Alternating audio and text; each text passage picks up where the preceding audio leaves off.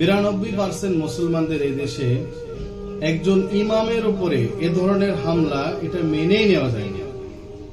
আপনারা দেখেছেন ময়মনসিংহ গফরগাঁতে মাগরিবের নামাজ চলা অবস্থায় মসজিদের পাশে উচ্চস্বরে গান বাজনা বাজানোর কারণে ইমাম সাহেব, স্থানীয় ইমাম সাহেব সেখানে যে তাদেরকে বোঝাই নিষেধ করছে।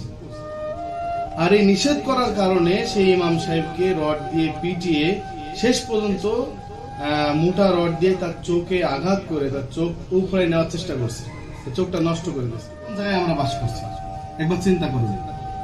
আমি প্রথমত এর তীব্র নিন্দা এবং প্রতিবাদ জানাচ্ছি সরকারের কাছে। মাওলানা সাইফুর রহমান সাহেব তিনি একজন অত্যন্ত নম্র ভদ্র মানের একজন আলেম, যিনি এই আধুনিক যুগে অ্যান্ড্রয়েড ফোন পর্যন্ত ব্যবহার করে, অথচ সেই আলেমের ব্যাপারে এই ধরনের একটা নির্যাতন এটা কোনোভাবে মেনে নেওয়া যায় না। আল্লাহ রাব্বুল আলামিন কোরআনুল কারীমের মধ্যে সূরা আল ইমরানে 110 নম্বর আয়াত আল্লাহ রাব্বুল আলামিন বলেছেন, কুনতুম খায়রা উম্মাতিন, তোমরা হলে সর্বশ্রেষ্ঠ উম্মত, উখরিজাত লিন-নাস, তোমাদেরকে সৃষ্টি করা হয়েছে মানুষের কল্যাণের জন্য, তা'মুরুনা বিল মা'রুফি ওয়া তানহাউনা আনিল মুনকার, তোমরা মানুষকে সৎ কাজের আদেশ দিবে, অসৎ কাজ থেকে নিষেধ করবে। এই উম্মতের দায়িত্ব মূলত হচ্ছে দুইটি, তারা মানুষকে সৎ কাজের আদেশ দিবে আর অসৎ কাজ থেকে নিষেধ করবে।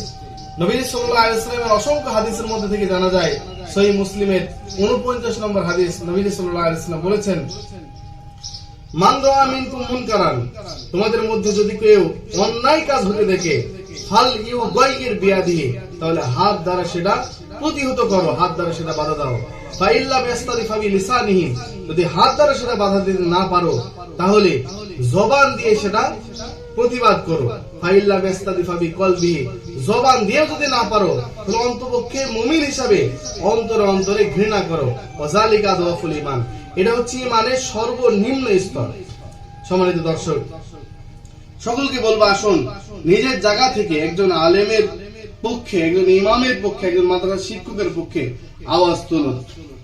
দুঃখজনক হলো বাস্তব সত্য, 92% মুসলমানদের দেশে অনেক শক্তিশালী বড় বড় ইসলামিক সংগঠন রয়েছে, কিন্তু তাদের পক্ষ থেকে উল্লেখযোগ্য কোনো পদক্ষেপ এখনো পর্যন্ত নেওয়া হয়নি।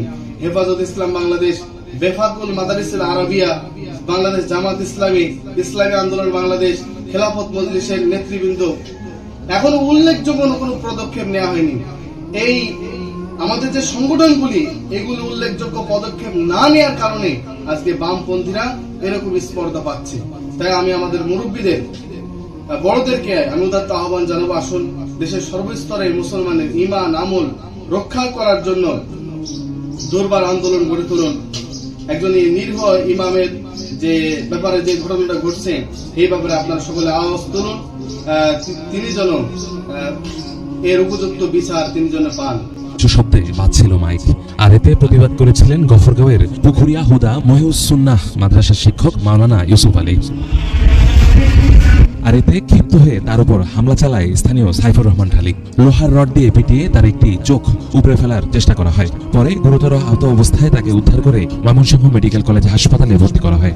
অটোর গ্যারেজ ছিল যে, ওইখান থেকে একটা রড নিয়ে একটা রড নিয়ে ডাইরেক্ট একটা চোখের দিকে আঘাত করছে। এ ঘটনায় তীব্র ক্ষোভ ও নিন্দার ঝড় বইছে পুরো এলাকায়।